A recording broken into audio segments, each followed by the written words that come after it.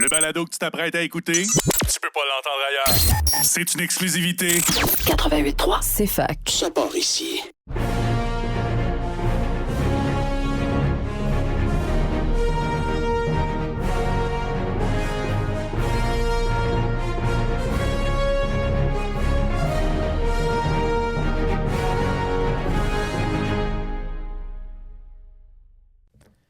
Bonjour à tous et à toutes, bienvenue à ce 10e épisode de la saison 2 du Popcorn de l'Infini. Aujourd'hui, on fait quelque chose d'un peu différent parce que dans le dernier épisode, on a abordé The Avengers qui clôt la phase 1 du MCU et puis on s'est dit qu'on pouvait faire un recap cette semaine donc de cette fameuse phase 1 en parlant aussi peut-être un peu des X-Men là, qui sont un peu hors de cette phase-là. Pour en parler, j'ai toujours avec moi David. Comment ça va, David? Ça va bien, c'est le 10e et aussi dernier épisode de cette saison-ci avant qu'on saute à la prochaine saison dans 2 semaines, un long 2 semaines. Ouais. Fait qu'on... Puis on commence même pas par la phase 2 parce que le premier, ça va être un film hors phase. C'est ça. On va parler de The Amazing Spider-Man qui est sorti en 2012. L'année des pas une bonne Avengers. année de sortir un autre film de super-héros quand il y a Avengers qui sort. Mais bon, c'est pas grave. Pourquoi pas. Ils vont pas penser. Mais d'entrée de jeu, avant qu'on fasse ce petit recap-là, on veut parler de, on va dire, une tentative de Marvel d'ajouter du contenu de tout ça qui lie de façon un peu humoristique quelques films, c'est-à-dire des one-shots. Au moment où on se parle, pas au moment où on se parle, mais où on est rendu en ce moment dans notre exploration, il y a 3 one-shots qui sont sortis. Donc, on a The Consultant, on a A Funny Thing Happened on the Way to Thor's Hammer et Item 47. Mais je me demande c'était quoi ça, ces one-shots-là? Est-ce que c'était des extras, des Blu-ray? Oui, exactement. Okay, c'était parfait. des extras. Parce que, tu sais, je me dis, il n'y avait pas Disney+, là. Il n'y avait pas... Non, c'est ça. C'était vraiment, dans le fond, The Consultant était un bonus de Thor. Oui. Ensuite, Funny Thing Happened, c'était sur Captain America. Oui, c'est ça, c'est un bonus de Captain America. Et Item 47, c'est un bonus de Avengers. Ils vont en faire un ou deux autres. Ils vont faire d'autres trucs aussi, là, qui ne sont pas exactement des one-shots. Ils vont faire... je l'ai déjà oublié, mais en tout cas, il y en a un quatrième un peu plus tard. On en parlera dans la phase 2. David, c'est quoi? Parce que, évidemment, c'est copié d'un concept qui est appliqué aux comics. C'est quoi un one-shot? Un one-shot, là, c'est singulièrement là, un comic qui va commencer, tu sais, normalement, il y a des numéros, là, en haut à gauche du comic ou en haut à droite, là. Quand que ça sort, il y a un numéro. Puis un one-shot, le numéro, ça va être 1, puis il n'y en aura pas d'autres après. Ouais. Il y a plusieurs types de one-shot. Il y a des... J'en ai apporté un. Là. Il y en a un qui c'est des annuels. Okay. Donc, à chaque année, ce qu'ils vont sortir, c'est un one-shot d'un personnage. Il y en a plusieurs. Là, je t'en ai apporté un de Spider-Man. Là.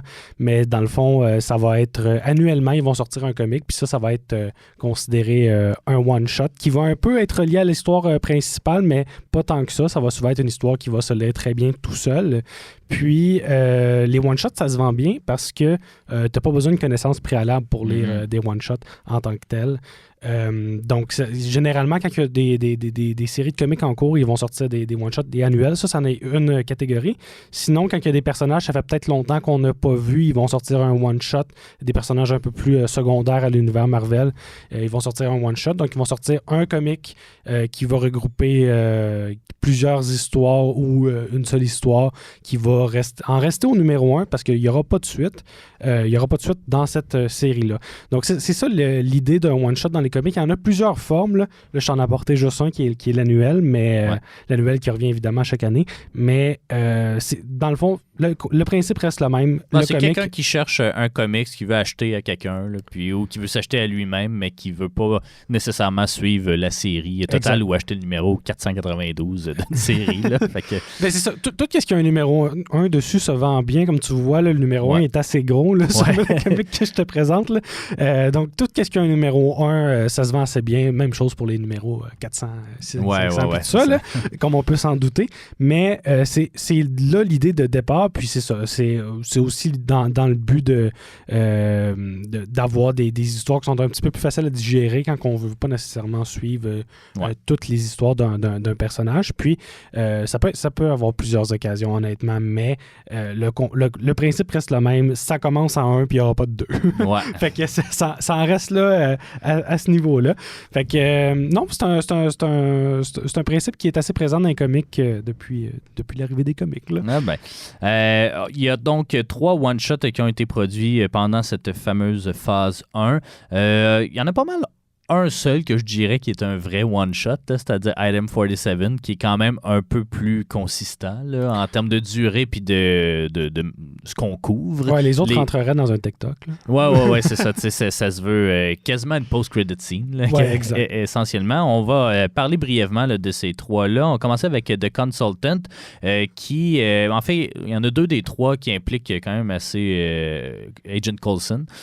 Donc, dans celui-là, on a Agent Coulson qui rencontre Agent Sitwell dans un diner là, quelconque, le World Security Council. En fait, il fait suite un peu avec ce qui s'est passé avec Emil Blonsky dans The Incredible Hulk. Donc, on dit que Emil Blonsky va être libéré de prison et joindre les Avengers. Ouais. Puis Nick Fury s'oppose un peu à tout ça.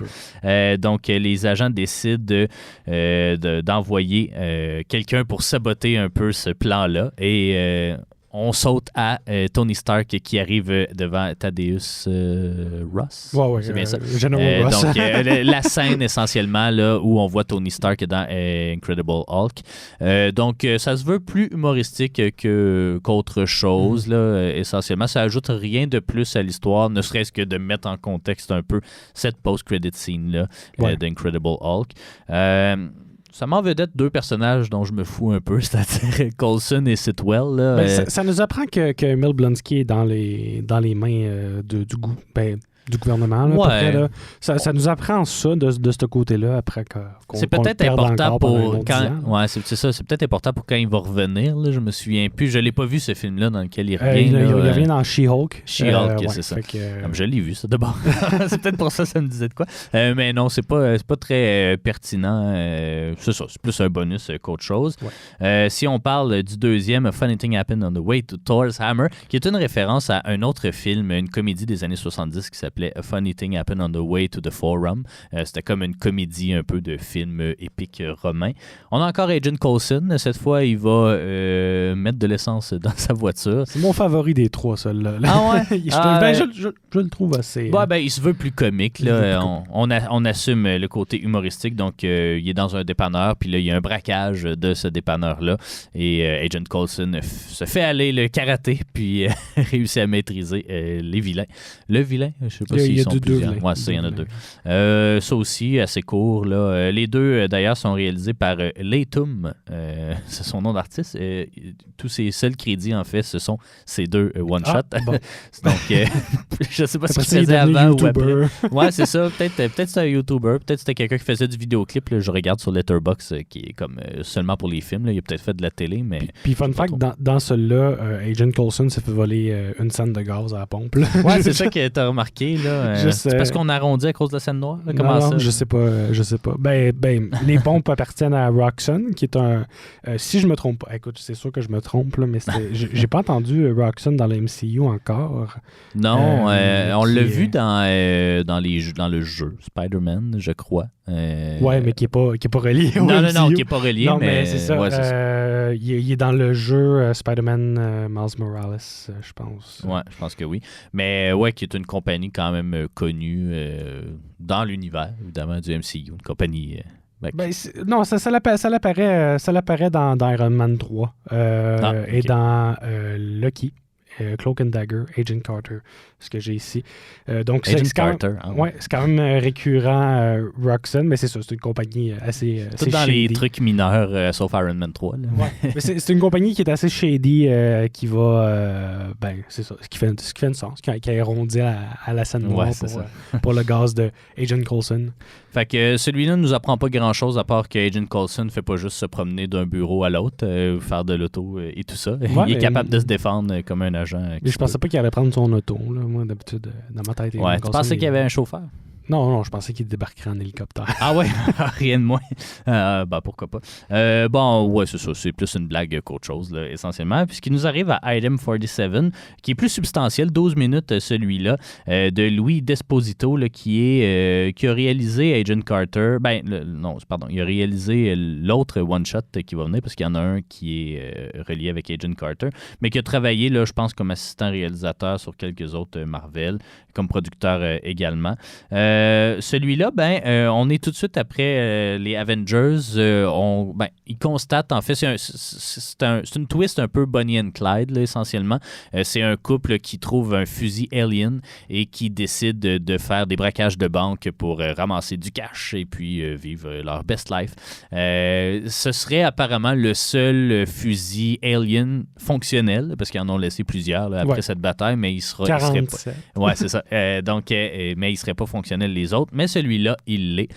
Puis eux, ils sont capables de le manipuler. Donc, Agent Sitwell est envoyé pour essayer de les intercepter puis de reprendre ce fameux Item 47. Ça aussi, ça se veut un peu plus une blague. C'est Lizzie Kaplan et Jesse Bradford qui jouent là-dedans. Jesse Bradford va revenir dans les Agents of S.H.I.E.L.D., mais Lizzie Kaplan, on ne la reverra pas jamais. C'est ça. Ça reste très... au moins, celui-là, tu sais, il était moins une joke puis plus comme quasiment un court-métrage. Là. Les autres, j'appellerais pas ça des courts-métrages. Non, c'est un court-métrage. Ça peut passer comme un court-métrage assez solide relié au MCU. Moi, je l'ai quand même apprécié, même si ça ajoute pas grand-chose à l'histoire. Mais je te parlais, on voit pas souvent, on va dire, l'impact que les vilains dans l'univers ont. Dans Agent of S.H.I.E.L.D., il y a quand même, on le voit beaucoup plus, cet impact-là, mais j'ai pas regardé la série. Ça nous permet aussi de développer le S.H.I.E.L.D. dans le MCU, le main MCU, je pourrais dire, parce que comme Agent of S.H.I.E.L.D., ça reste un vase clos, là, je veux dire. On le visitera même pas dans le podcast parce que c'est tellement un vase clos que c'est à moitié relié au MCU puis à moitié pas. Là. Fait que ça nous permet quand même juste simplement de voir comment le S.H.I.E.L.D. fonctionne un petit peu plus. Voir, parce que à ce point-ci, dans l'univers Marvel, on n'a pas vu le S.H.I.E.L.D. tant que ça. Là. Fait que ça nous permet d'un peu de plonger dans cette partie-là de l'univers. Là. Puis aussi de voir les impacts de ce qui se passe dans le MCU sur le monde régulier. Là. Parce qu'à la fin, ce couple-là va réussir à se négocier une job au sein du S.H.I.E.L.D., donc ils vont joindre l'organisation. C'était soit ça ou mourir. Je pense que c'est les deux options. Mais c'est ça, ça reste très ludique, mais ultimement un peu superficiel. Il y a par contre, là on en parlera dans la phase 2, mais celui d'Agent Carter, qui lui amène un peu plus parce que essentiellement, c'est 15 minutes, puis ça raconte un peu les débuts un peu de la série Agent Carter, là, qui va commencer quelques mois, je pense, après la sortie du one-shot. Mais c'est ça, ultimement, ça se veut comme un hommage aux comics, ou en tout cas... Pas un hommage, je ne sais pas comment le dire, mais on veut recréer un peu le sentiment de lire des comics avec ces one-shots-là. Aussi dans le but d'avoir des extras, je pense, sur le Blu-ray. Dans le cas des deux premiers, surtout, là, je pense, là, dans le but d'avoir des extras, des raisons d'acheter le Blu-ray de ce côté-là. Mais le terme one-shot, je trouve ça intéressant aussi. C'est vraiment très clairement emprunté des comics. Ouais. Donc voilà, on a fait un petit tour d'horizon. Au retour de la pause, on va vous parler, on va faire un petit récapitulatif donc, de ce qui se passe dans cette phase 1 du MCU. Et puis après ça, on vous a préparé un tier list, en fait, une liste, une espèce de classement, là, mais un peu différent. Classement sans classement. Ouais, c'est ça. Donc, de tous les films qu'on a explorés jusqu'à présent dans le podcast, restez là.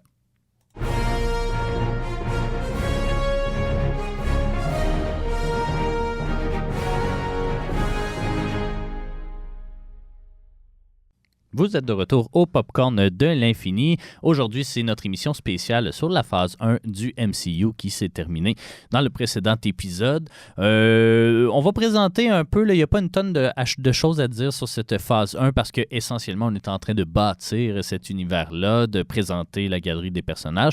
On va passer vite là, à travers les films qui constituent cette phase 1-là, puis voir un peu où ça nous mène. On se rappelle donc que la phase 1 débute avec Iron Man, qui était un choix, on le rappelait dans notre épisode, là, qui était un choix audacieux de commencer avec ce personnage-là, qui n'était pas très connu du grand public. C'était pas de la pop culture, mettons. Non, exactement. Avec un acteur aussi qui recommençait à être dans les bonnes grâces de Hollywood, avec Robert Downey Jr., puis finalement, il va s'avérer être le leader. Je peux pas dire le leader insoupçonné. Là. Je pense que c'était quand même voulu qu'il se ramasse comme un des leaders avec Captain America. Mais bref, ce premier film-là, en 2008, est très campé dans son époque. Là. On parle de l'Irak, on y parle de l'armement, on parle de tout ça, de la technologie. Film très surprenant, mais qui ultimement fait seulement se construire un peu l'univers. Tu sais, on va dire le seul lien direct avec on va dire le MCU plus large, c'est la présence de Samuel L. Jackson en Nick Fury, qui arrive à la toute fin du film, puis qui dit j'ai un... Je sais même pas s'il mentionne le Avenger Initiative, mais il mentionne globalement qui est Nick Fury, puis qui... Ouais, c'est ça. Qui va... Je suis Nick Fury. Ouais, c'est ça. Puis là, on soupçonne qu'il va se passer quelque chose. Parce qu'au moment de la sortie du film, c'est déjà annoncé qu'il va y avoir d'autres films de super-héros. D'ailleurs, Incredible Hulk sort la même année que Iron Man. Donc, c'est ça. On sait qu'on s'en va vers quelque chose, mais... On est plus dans une capsule de Iron Man. Là. On n'est pas encore à établir grand-chose. Puis justement, Incredible Hulk qui marque le premier acte d'héroïsme de Hulk. Parce que ça peut être difficilement vu comme un héros au départ. Là. Puis dans les comics aussi, c'est la ligne héros-vilain est difficile à tracer. Mais... Très Dr. Jekyll, Monsieur Hyde là, comme perspective. Là. C'est ça. Mais c'est le premier acte d'héroïsme de Hulk. Puis on commence à avoir cet univers-là se former. Ensuite... c'est ça, dans Incredible Hulk, ultimement, il est un peu moins important finalement au MCU parce qu'on va remplacer l'acteur principal. Déjà là, on voit qu'on est dans une période d'ajustement un peu là, de tout ça. Edward Norton, je crois qu'il souhaitait peut-être pas être... peut-être qu'il adhérait un peu moins au modèle d'affaires de Disney, là, de signer pour 6 films puis des trucs comme ça. Là. Je pense qu'il voyait plus ça comme... je pense que le personnage l'intéressait, mais peut-être que l'ensemble ne l'intéressait pas tant. Finalement, on va se tourner pour les Avengers du côté de Mark Ruffalo, qui est un bon recast, là, honnêtement. Je pense qu'il est capable d'avoir cet instinct plus dramatique-là et plus comique, alors que Edward Norton, je pense qu'il est plus dramatique dans la vie. Là, que je ne l'ai pas vu dans une tonne de comédie, mais je l'ai déjà vu. Il y a un certain changement de ton là, au niveau de Hulk. Puis sinon, le seul lien, parce qu'on fait quand même un petit lien avec Iron Man, c'est qu'à la fin du film, comme on a mentionné un peu avec le one-shot, il y a Tony Stark qui arrive devant Thaddeus Ross, qui est le général en chef de l'armée et qui était contre Hulk. Donc, pour parler de cette initiative-là, donc des Avengers, là, puis de tout ça. Fait que très peu de liens, encore une fois, puis même qu'on ne reviendra à peu près jamais sur ce qui se passe dans Incredible Hulk, ne serait-ce que de la présence éventuellement de Blonsky 10-15 ans plus tard. Ce qui nous amène à Iron Man 2. Iron Man 2, là, bigger, badder, bolder, mais pas nécessairement meilleur, même si je pense que tu l'as quand même apprécié. Là. Mais première apparition de Natasha Romanoff comme Black Widow. Et Nick Fury qui est là un peu plus longtemps aussi. Ouais, là. Il y a au moins, dans la deuxième partie du film où Iron Man... il perd pas ses pouvoirs, mais en tout cas, il est malade. Là. Ouais, c'est ça. Il est essentiellement malade. C'est de ce que je m'en souviens. Là, puis c'est ça, ils réussissent en tout cas à le guérir d'une quelconque façon. Donc, c'est ça. Oui, là, on commence à voir que, au début, Romanoff joue pas Romanoff, il joue une secrétaire ou en tout cas une assistante, somme toute générique. Mais après ça, c'est ça, effectivement, on apprend que c'est... On mentionne pas Black Widow, mais on mentionne évidemment Natasha Romanoff. Là, on sent que c'est ça, il est en train de se bâtir quelque chose d'un peu plus grand. C'est pas anodin non plus que c'est la seule franchise qui a eu 2 films. Je pense que ça solidifie le fait que Iron Man / Tony Stark est pas mal le leader de cette phase 1, puis finalement des 3 premières phases. Là. Donc, voilà. Ensuite, là, on commence à faire un petit peu plus de liens parce que là, on est à Thor, c'est bien ça? On sort avec Thor. Juste pour être sûr. Ouais, c'est ça. Donc, Thor, Là, il y a un petit peu plus de liens. Tu peux nous les présenter, à moins que... je peux le faire, sinon je veux juste pas parler. Il y a l'agent Coulson qui part d'Iron Man 2 pour aller rejoindre Thor directement en s'arrêtant dans une station de service, comme on a pu le savoir. Ouais. Mais en gros, on apprend qu'il y a plus qu'un univers. Là. Là, c'est ça. On est rendu dans l'espace maintenant. On est rendu dans l'espace. On voit un petit peu plus le Shield. Mais... On voit un peu le Tesseract également. Oui, j'ai oublié qu'on avait vu le Tesseract dans ce film-là. Oui, en effet, on voit le Tesseract. Donc, c'est ça. Là, on prend un peu plus d'expansion. C'est surtout, je pense, il est plus important pour l'espèce de percée vers l'espace là, qui va occuper quand même une place importante. Je dirais dans la phase 3, mais un petit peu dans la phase 2, là, parce que les gardiens... aussi la première apparition de Loki, là, carrément. Oui, qui va être le vilain. Il faut le noter de ce côté-là. Bon, ensuite, Captain America. Oui, Captain America, lui, autant il se passe tellement avant qu'il ne sert pas nécessairement les intérêts du MCU contemporain, mais il y a toujours cette histoire du Tesseract là, donc qui on ne sait pas encore que c'est une Infinity Stone, là, mais on va le savoir plus tard, bien sûr. Mais Captain America, tu sais, ça aussi, on le sait, il va devenir un des leaders des Avengers parce que c'est Captain America. Là. ça s'explique. Qui est aussi avec Hulk, qui sont deux comme... qui est un personnage connu dans la pop culture, là, veut pas, là. Hulk puis Captain America, c'est deux personnages qui sont pas mal plus connus dans la pop culture à cette époque-là que Iron Man puis Thor. Ouais. Fait que l'importance de ce film-là, essentiellement, c'est de présenter que le Tesseract est tombé en quelque part dans l'eau et nous présenter un peu comment Captain America a pu traverser les époques et se rendre en 2010. Il y a aussi un lien avec le père de Tony Stark là, qu'on peut voir, là, qui a un lien avec l'univers d'Iron Man. On voit que les films se relient plus en plus. Oui, exactement.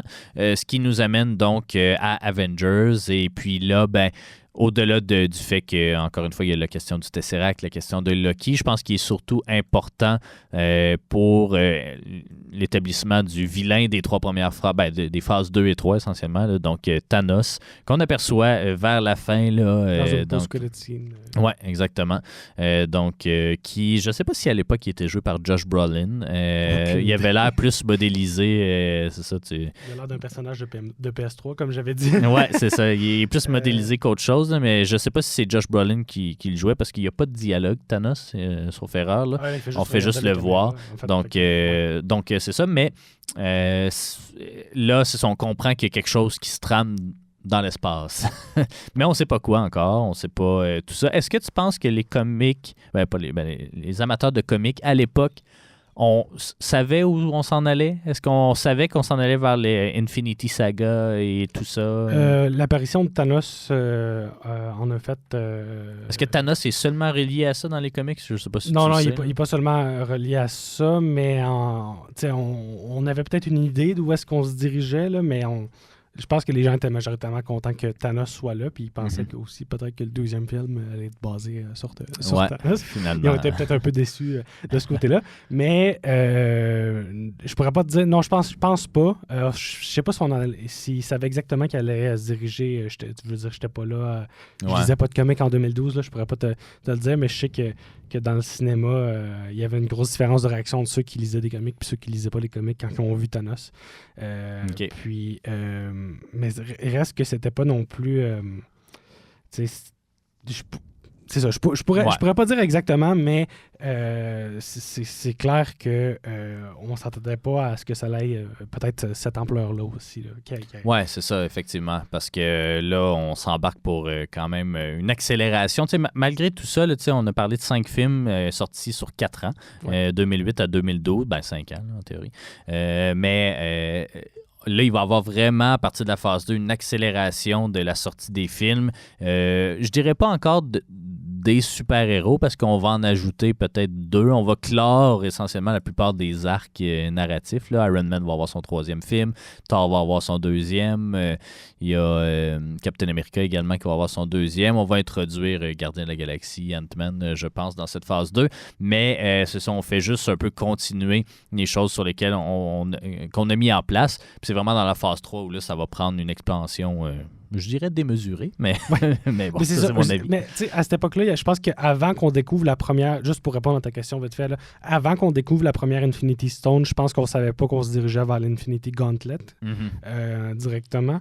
Puis parce que Thanos dans les comics était connu plus pour plein d'autres choses que l'Infinity Gauntlet. Là. Fait qu'on savait peut-être pas où est-ce que ça s'est aligné au niveau d'Avengers, mais quand on a vu la première Infinity Stone, je pense que là, ça a décliqué pour plusieurs personnes qui étaient connaisseuses de comics. Ouais.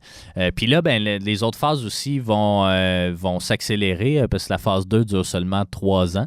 Puis la phase 3 est quand même un peu plus longue, là, mais c'est 4 ou 5 ans aussi. Mais c'est ça, on accélère vraiment la chose par la suite.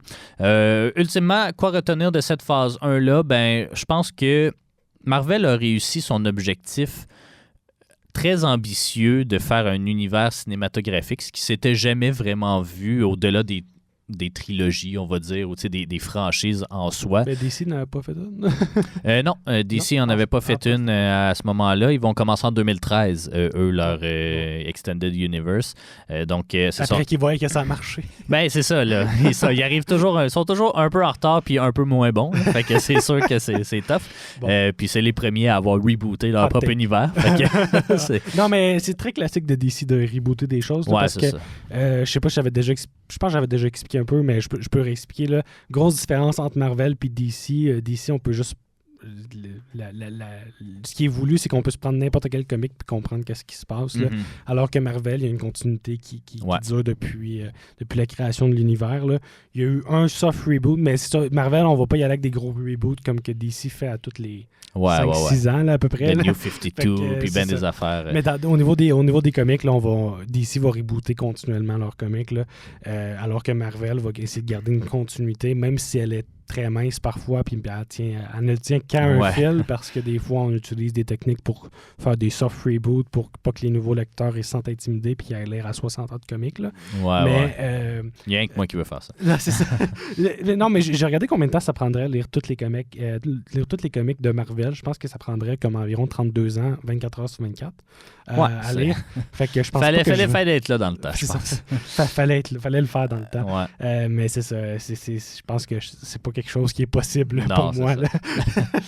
Et donc, je pense que c'est ça, ils ont réussi leur pari de bâtir cet univers-là, mais aussi, tu sais, à part, on va dire, le bémol Edward Norton pour Hulk, ont vraiment réussi leur casting parce que c'est des gens qui vont rester là longtemps. Ils vont devenir des figures reconnaissables de Marvel, même ça va teinter leur carrière. Bon, Downey Jr. finalement est parti. Chris Evans aussi va finir par partir. Ils reviennent tout le temps, mais ils reviennent pas dans des rôles substantiels. Le seul qui... Non, mais tu sais que Chris Evans revient comme Captain America dans Doomsday. Oui, mais il va sûrement repartir. Il va trouver de moyens parce que, c'est ça, je pense qu'à un moment donné, les acteurs, sont rendus vieux. Veux pas. Mais, à part Chris Hemsworth dans le rôle de Thor, Loki, évidemment, c'est pas les Avengers, mais en tout cas, Loki puis Hulk, la plupart sont passés à autre chose au moment où on se parle. On n'est jamais à l'abri d'un retour. Ouais, c'est ça, jusqu'à la prochaine fois, mais ils n'auront plus de films et des stand-alone. C'est pas Hugh Jackman qui disait qu'il était passé à autre chose aussi. Ouais, c'est parce que lui, il est tellement en forme qu'il est capable de continuer à être rip même à 60 ans. Mais je pense pas que Robert Downey Jr., ça va être tenté d'être encore rip. Mais c'est ça. Donc, quoi retenir? On a bâti des bases solides, puis c'est ce que ça prenait. On le voit avec DC, et quand t'as pas tes bases solides, ça peut s'effondrer assez rapidement. Puis je pense qu'ils ont vraiment réussi à créer des attentes auprès du spectateur, parce qu'à la fin de chaque film, on sait déjà où on va être dans le prochain film. Ou en tout cas, on nous tease un peu de ce qui s'en vient. Puis ça se voyait jamais à l'extérieur, comme je le mentionnais, d'une franchise ou d'une trilogie. Donc, je pense qu'ils ont vraiment réussi à avoir notre attention. Là, ça reste que les post-credit scenes ou bien le message de fin là, qui dit que le personnage va retourner dans c'est ça. Ça, c'est rassurant aussi. Rassurant. Dans le sens, c'est le fun en tant que spectateur parce que c'était les seuls à le faire. Là. Après ça, tout le monde a copié le modèle puis on est tout tanné.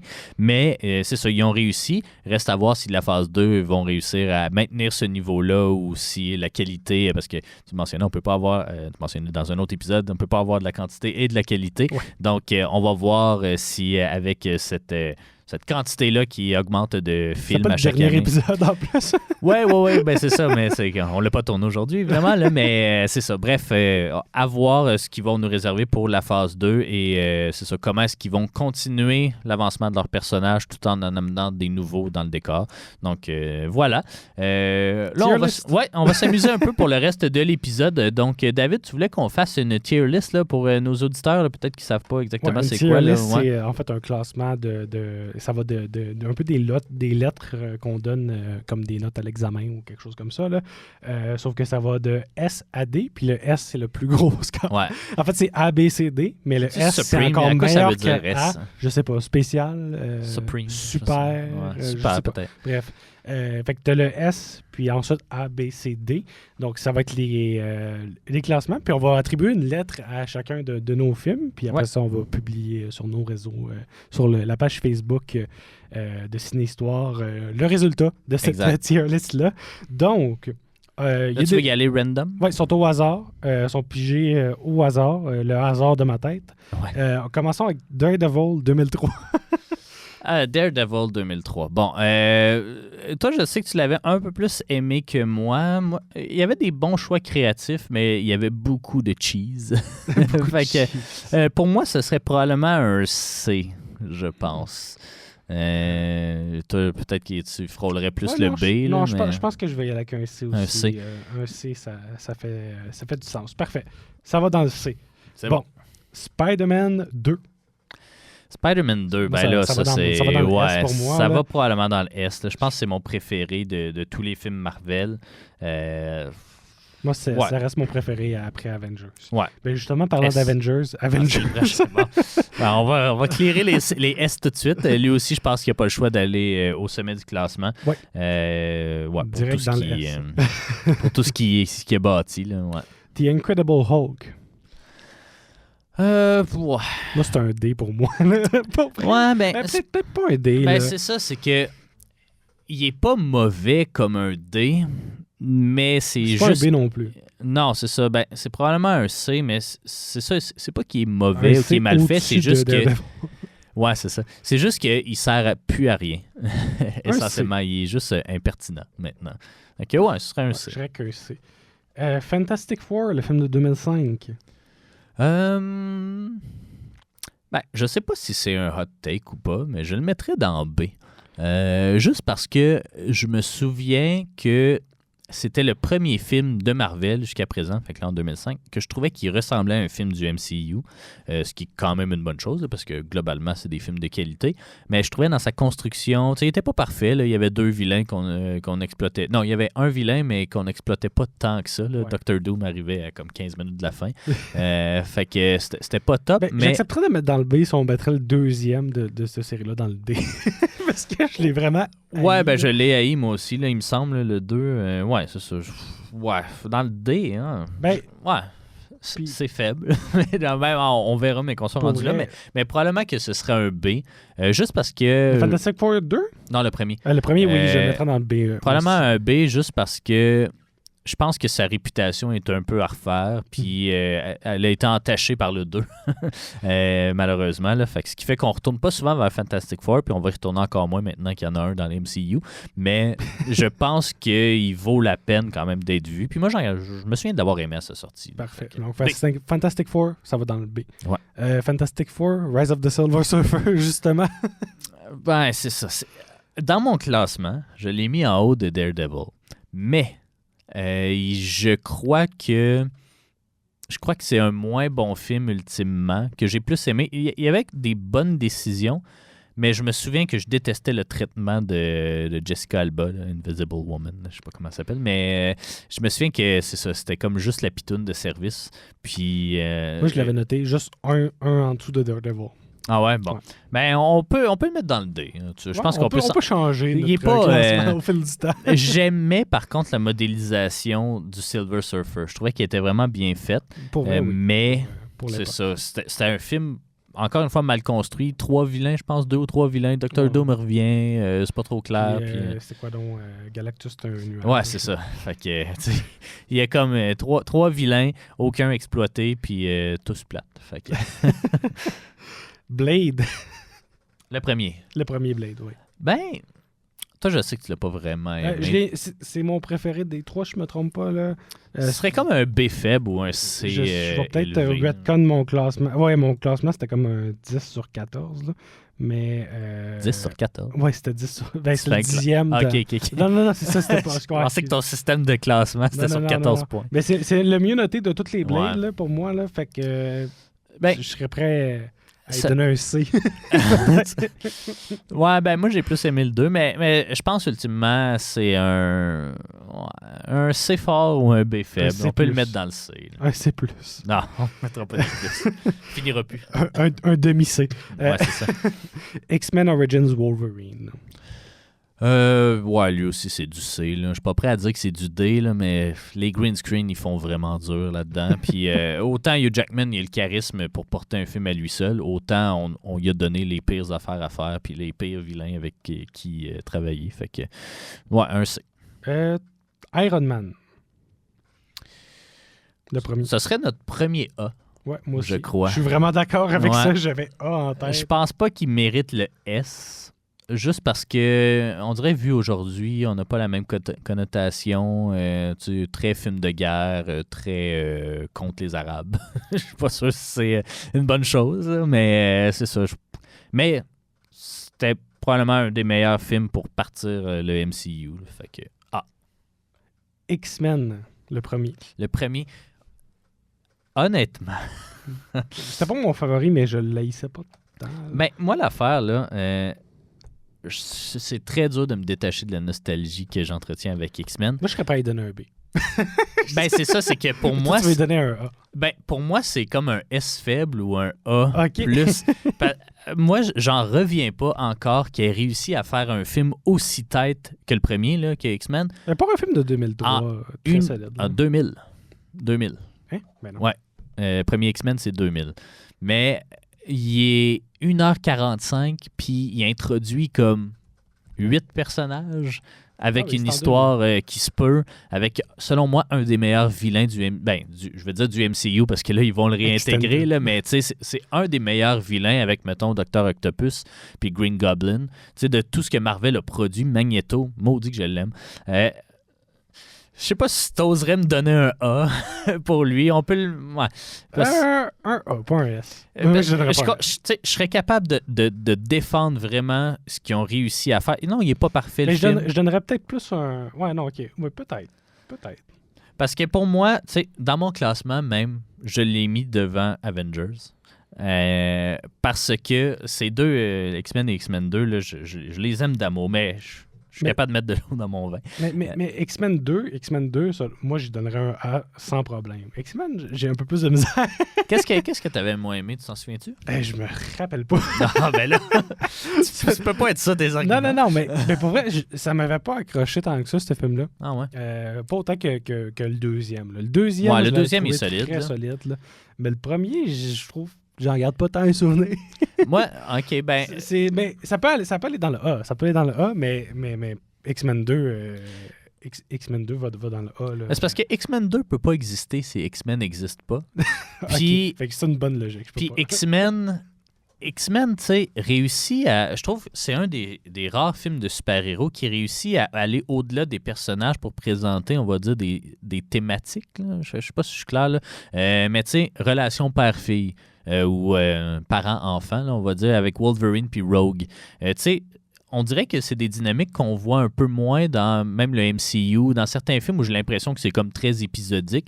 Tu sais, lui, il a été pensé en tant que trilogie aussi. On build tranquillement des affaires qui vont se passer un peu plus tard, notamment les origines de Wolverine dans le 2. On peut y aller avec un A. Je J'y veux pas que je donnerais. continue à vendre mon point, mais honnêtement, moi, tu sais, il y a de la nostalgie qui parle, je suis d'accord, mais vous pouvez pas m'enlever mon Magneto. Puis même le Charles Xavier, là, tu sais, c'est comme... Ouais, pour vrai. Ils ont vraiment casté, puis ils nous ont donné Wolverine, ils nous ont tellement donné. Donnez-moi un A. Parfait. Donc, X-Men va dans le A. Spider-Man, le premier, en 2002. Lui aussi, c'est comme un A ou peut-être quasiment un S, là. Ouais, c'est quasiment un J'essaie de repenser. A+. Ouais. Toi qui es fan de Spider-Man, est-ce que tu lui donnerais un S? Non. Non? Non, Ok, il ne rejoint pas le deuxième. Mais il est solide, mais je ne donnerais pas un S. Je lui donnerais certainement un A. Fait que je pense qu'on peut y aller avec ça. OK. Bon. Blade 2. Encore une fois, celui-là, tu l'as pas aimé, puis moi, je l'ai aimé. Je... Bah, ça... Ben, si là, c'était juste de moi, ça serait... parce que pour moi, c'est un B. Mais là, on a mis C à l'autre, là, je pense. C'est bien ça? Oui, c'est ça. Fait que, tu sais, toi, je pense que tu le mettrais plus dans le C. Moi, j'ai quand même... Ben, c'est correct. Moi, je suis capable... il irait dans le D. Dans le D, ben non. Non, ça, Non, ça, le 3, il serait va dans Blade le 3, D, là, excuse-moi, Seigneur. ça serait Blade 3. Mais non, tu sais, moi, j'ai aimé l'ajout des nouveaux personnages, puis on va dire l'ampleur un peu plus grande. Là, maintenant, c'est les méchants qui recrutent Blade. Tu sais, on a essayé de faire de brasser vrai. les cartes, mais c'est pas tout qui est réussi non plus. C'est quand même fait par un des meilleurs réalisateurs vivants encore aujourd'hui, Guillermo del Toro. Mais yeah, je peux y donner un C, mais pour moi, il serait plus un B. C'est un compromis acceptable. Ouais, le C, c'est un compromis acceptable. Parfait. Fait que ça va dans le C. Blade 2, ça va dans le C. Mais justement, Blade 3... Ben, ça, direct. c'est un E. Ben, y a pas on de- va mettre dans- Jesse, dans le on D. va mettre D, mais c'est un E. C'est un E. Intéressant. Spider-Man 3. Ouais. Pour moi, c'est... Ce serait un C pour moi, mais probablement Moi, j'irais que... dans le B. Ouais, c'est ça. Je vais settle pour B, là. Ben, il est pas très... mais- Il est vraiment bon. Ouais. Ben, il est Mais- pas si bon non plus. Ben, c'est qu'il est vraiment... Attends, il est vraiment bien fait, mais il est pas bon. Trop de vilains. Exact. Puis j'ai détesté le traitement qu'on fait. Ben, tout ce qu'on fait vivre à Mary Jane. Là. Peter, c'est comme l'homme absolu, puis c'est comme de shit, puis pas juste quand il a son suit, là, même en dehors de ça. C'est comme. Ils nous font tellement route pour Peter, quand selon moi, c'est un trou de cul, même quand il est pas infecté du symbiote. Là. Fait que je vais dire B, mais à chaque fois que je le regarde, je l'aime moins. On a de la que, misère avec. Ouais. Chaque fois qu'on le regarde, il devient moins bon. Ouais, c'est ça. Electra. Parlant D. de moins D, bon. D, D. D Ça aussi, direct. c'est un autre code E, là, mais... Euh, Ça rend pas justice aux autres D qu'on a mis là. Non, c'est vrai. C'est quoi qu'on a mis dans le D? ben, Blade Trinity, puis voyons, Fantastic Four 2. Tu vois, Fantastic Four est vraiment meilleur que Electra. Là. Ça C'est prendrait un E, mais c'est correct. On va le mettre dans le D. Captain America, The First Avenger. Moi, Je suis pas sûr que je passerais à A, mais c'est comme un B fort. je sais pas. Entre A et B, là, Ouais. honnêtement. Là. C'est comme... Tu sais, il est pas du calibre d'Iron Man, selon moi. Il est pas du calibre de Spider-Man qu'on a mis dans le A. Moi, c'est un B, mais c'est un bon B. Un bon B. OK, Ouais. parfait. Iron Man 2. Ah, lui, c'est... au moins un C. Sinon... Non, c'est pas un D. Ce serait un C. Je pense qu'on a manqué beaucoup de choses. Il est pas complètement mauvais, mais... La première heure, on s'en fout, ultimement. Là. Puis elle fit pas. En tout cas. Fait que tu irais avec un C. Moi, j'irais qu'un C. Toi, je sais que tu l'as un peu plus aimé. Moi, j'irais mais- peut-être avec un B. Là. Je trouve que le C est rough. Là. Tu sais, ça va ça. À côté Oh. de Blade 2. À côté vraiment Ben, de Blade 2. Pour vrai, Blade 2, je l'ai vraiment... Je réécouterais Blade 2 avant Iron Man, je Ok. pense. Mais je peux... Je sais pas quel compromis tu me fais jusqu'à présent, mais je peux te donner ton B là, si tu y tiens. J'irais peut-être avec un B pour celui-là, là, je pense. Là. OK, mais je suis choqué. Howard the Duck.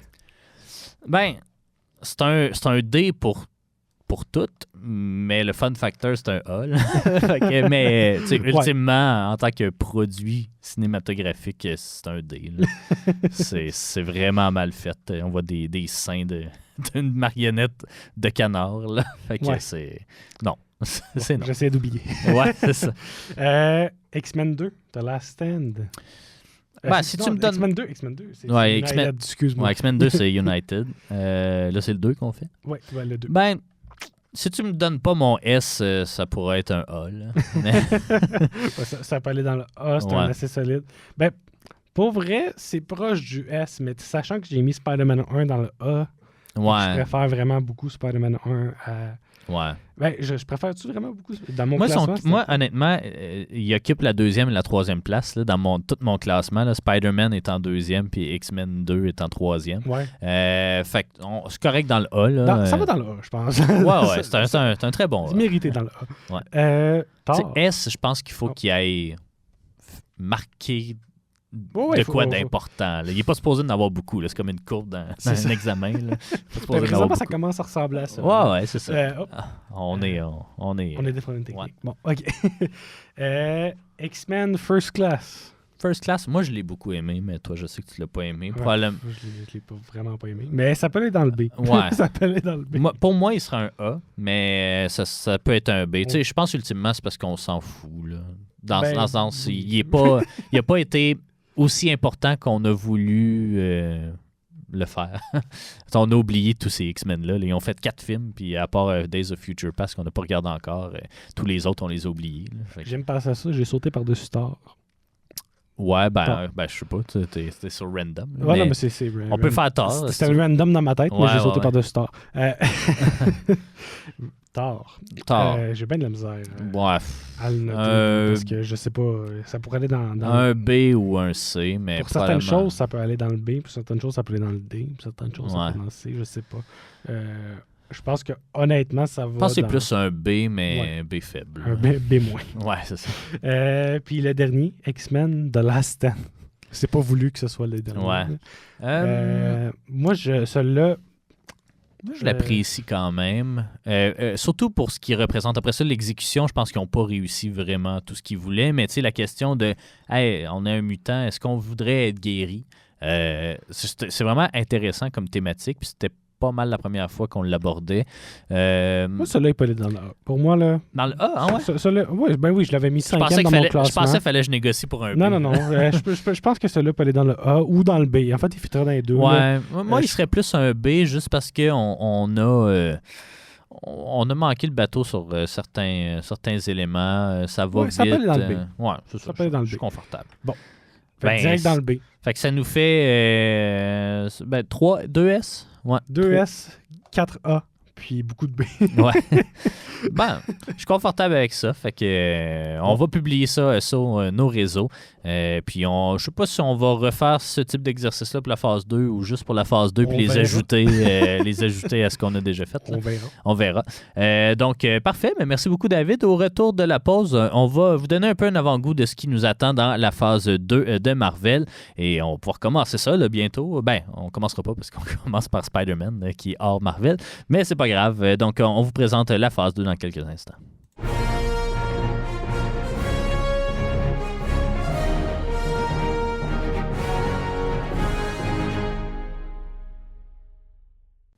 Vous êtes de retour au Popcorn de l'Infini. On a quelques minutes encore là, pour vous présenter ce qui s'en vient pour cette saison 3. Évidemment, on va suivre de près la phase 2 du MCU, mais aussi les films qui sont produits par Sony, donc adaptés de Marvel. Donc, dans la saison 3, on va commencer sur les chapeaux de roue avec un reboot de Spider-Man, une nouvelle origin story, donc avec The Amazing Spider-Man, qui est...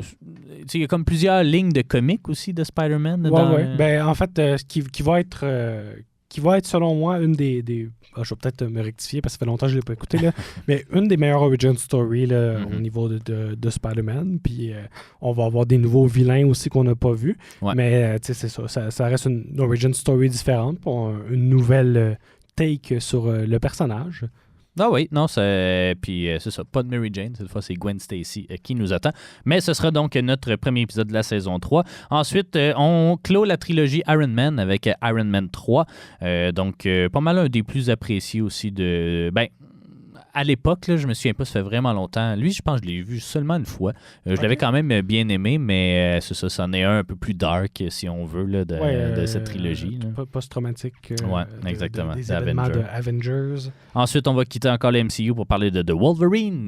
Ça aussi, un semi-reboot de la franchise X-Men Origins. Ça, je l'avais écouté, mais je m'en rappelle aucunement. Il se passe au Japon, mais moi aussi, je l'ai regardé très vite en prévision de Logan, je pense, ou je sais pas trop quoi. Mais... Logan que je n'ai toujours pas écouté. Ah non, bon, mais c'est un des... Tu vas voir, il va être bon, celui-là. J'ai lu les comics, mais j'ai pas... Ah, bon.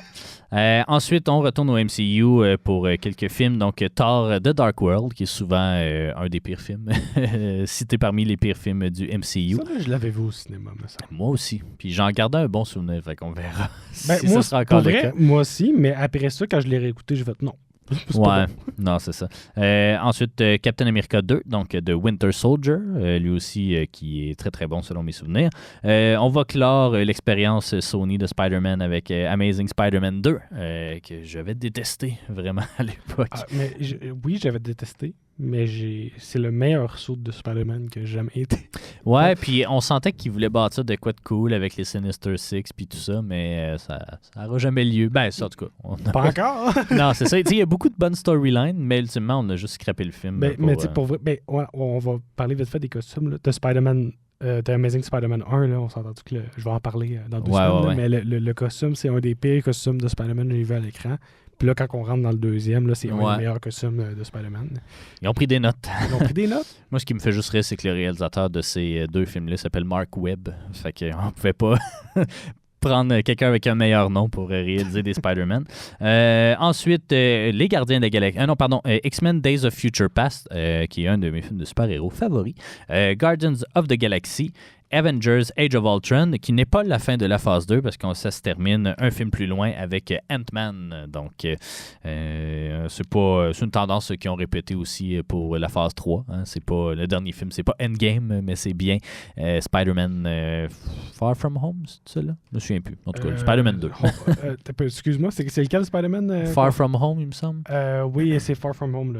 Qui clôt cette phase 3. Je sais pas. Ouais, c'est ça. On verra rendu là. On verra rendu là. Et en 2015 aussi, je veux juste préciser, il y a un film qu'on n'abordera pas parce qu'il n'est pas canon. C'est Fantastic Four, le reboot par Sony, encore une fois. À ce jour, n'est pas canon. Peut-être qu'il le sera rendu là. Mais ça aussi, ça a l'air que c'est un des pires films de super-héros jamais fait. Donc, peut-être que je le regarderai juste pour le plaisir de regarder un mauvais film. Mais donc, beaucoup de films avec lesquels je pourrais dire j'ai grandi. Ouais, ben c'est ça. Là, tu commences à avoir un âge respectable. Moi, je commençais à être un peu, pas trop vieux, mais plus vieux. Non, donc, mais j'avais l'âge aussi de les comprendre un peu mieux. Là, non, mettons, ouais. Là, parce que, tu sais, mettons, le premier Hulk, j'avais pas tant l'âge. Je l'ai vu au cinéma, mais j'avais pas tant l'âge de le comprendre tant que ça. Là. Ouais, c'est ça. Fait que, non, c'est des films que je garde un souvenir. Je vais peut-être avoir l'effet nostalgie qui va rentrer, comme tu as eu avec X-Men. Fait qu'on va peut-être se battre pour les popcorn. Ben, tant mieux. Tu me challengeras en tant que... Parce que là, plus on avance, puis plus je vais devenir un mauvais cinéphile. Là, parce que là, on va commencer à faire des films que j'aime pas. Jusqu'à date, il y en a eu, mais ça va. Là, mais là, maintenant, on va décider de faire des films que j'aime pas.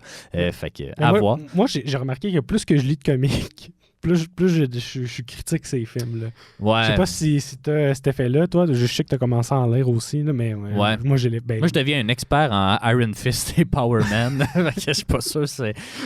J'ai ma niche. Mais non, oui et non. Je comprends que c'est 2 expériences différentes aussi qu'on essaie de nous faire vivre. À part, toi, je sais que dans Spider-Man, mettons, ça t'avait choqué qu'on change la personnalité de Peter, puis c'est ça, ses attributs. C'est sûr que Spider-Man, je vais être beaucoup plus critique ouais. que les Fantastic Four, par exemple. T'sais. Ouais. Mais non, pour l'instant, ça n'a pas affecté encore comment j'apprécie les films parce que je les apprécie surtout en tant que cinéphile ou critique ou peu importe. Là, fait que je suis capable de critiquer sur d'autres aspects plutôt que leur comic accuracy. Mais ce qui nous donne donc une saison 3 avec le même nombre d'épisodes que la saison 2. Donc, 9 épisodes plus un épisode spécial sur la phase 2 là, qu'on va faire éventuellement. Donc, non, il y a vraiment 10 épisodes sans l'épisode spécial. Ah, je vais compter juste 1, 2, 3, 4, bon, 5, en tout cas, 6. on s'en... Ah, t'as raison, c'est parce que j'avais oublié Spider-Man. 10 épisodes, l'épisode spécial. Il y en aura 11, c'est ça. C'est ça, exact. Bon, voilà. Merci beaucoup d'avoir été avec nous pour cette saison 2. On se retrouve dans cette saison 3. Merci beaucoup, David, de continuer l'expérience du popcorn de l'infini. Cool. On s'en va écouter le Spider-Man et on vous revient avec ça dans 2 semaines. Salut!